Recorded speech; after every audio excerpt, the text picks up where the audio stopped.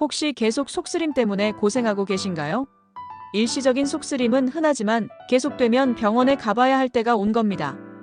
오늘은 언제 병원에 가야 하는지, 어떤 병원에 가야 하는지 별표를 2번 누르면 자세하게 알려드릴게요.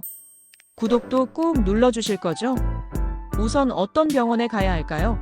속쓰림 원인은 다양해요. 위염, 위궤양, 역류성 식도염 등. 정확한 진단을 위해 내과나 소화기내과를 방문하는 게 좋습니다. 동네 의원이나 가정의학과도 괜찮지만 전문적인 검사가 필요할 수도 있거든요. 하지만 이런 경우에는 응급실로 가셔야 해요.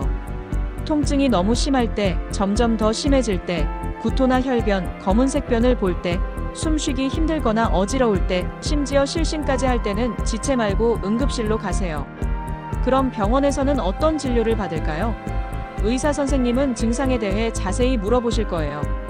언제부터 속이 쓰렸는지, 어떤 음식을 먹으면 심해지는지 등. 그리고 신체 검진을 통해 속쓰림 원인을 파악하려고 할 겁니다.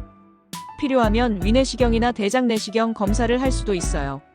진단 결과에 따라 약물 치료를 받게 될 텐데요. 제산제, 위산억제제, 위장운동 촉진제 같은 약들을 처방받을 수 있습니다. 이런 약들은 속쓰림을 완화하고 위장 기능을 개선하는 데 도움을 줄 수 있습니다. 가장 중요한 건 언제 병원에 가야 하느냐겠죠? 속쓰림이 며칠 이상 계속되거나 점점 더 심해지는 경우에는 꼭 병원에 가보세요. 구토, 혈변, 흑색변, 심한 복통, 체중 감소 같은 증상이 동반되는 경우도 마찬가지입니다. 속쓰림 때문에 식사나 수면 같은 일상생활에 지장을 받는다면 더 이상 참지 말고 병원을 찾으세요. 공복 시뿐 아니라 식사 후에도 계속 속이 쓰린다면 이것도 병원에 가야 할 신호입니다. 스트레스 때문에 속쓰림이나 구토 증상이 나타날 수도 있어요. 공복 시간이 너무 길어지면 위산이 많이 분비돼서 속쓰림이 심해질 수 있습니다. 그래서 규칙적인 식사를 하는 게 중요해요. 하지만 이런 노력에도 속쓰림이 계속된다면 꼭 병원에 가서 진단받고 치료를 받으세요. 응급실에 가야 할 상황이라면 최대한 빨리 병원에 가는 게 중요합니다.